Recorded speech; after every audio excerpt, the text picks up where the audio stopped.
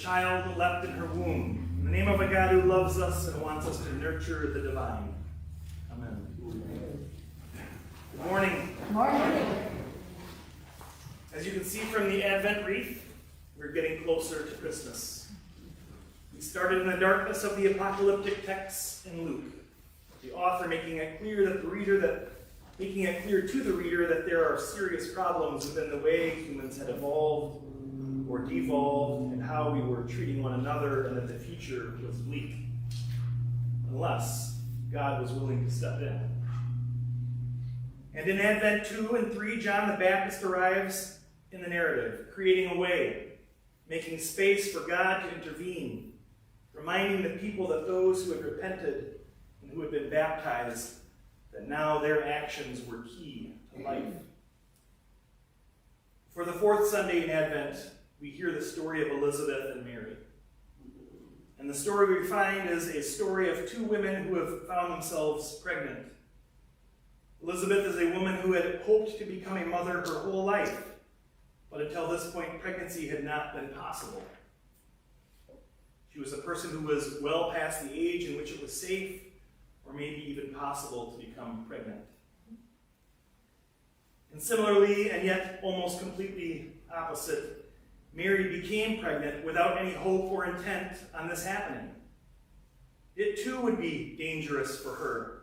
A very young woman, perhaps around 12 or 13 years old. The birth of a child to an unwed mother could result in her neighbors stoning her because of some purity code that wouldn't allow for such a thing to happen. Likewise, the text says that Mary became pregnant without being with her fiancé, Joseph, in a physical way. Whether your faith hinges on this piece of doctrine or not, the author wants you to know that for Joseph, abandoning Mary was a very real possibility. Mary was pregnant at a time in which she wasn't desiring to be. Two women, two pregnancies, two very different ways of experiencing it. And yet Elizabeth and Mary both come to similar places. They're both overjoyed at being a part of this plan that God was carrying out. Elizabeth is humbled and shocked that she would be a part of this, while recognizing that Mary would be remembered forever as the Theotokos, the Mother of God. Mary herself was overwhelmed and overjoyed that she had been picked and possessed by God to be the instrument to literally and physically usher God into the world.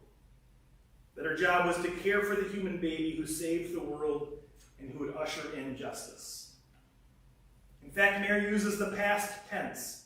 She seems to be communicating that the pregnancy itself had accomplished what God was after. He has brought down the powerful from their thrones and lifted up the lowly. He has filled the hungry with good things and sent the rich away empty.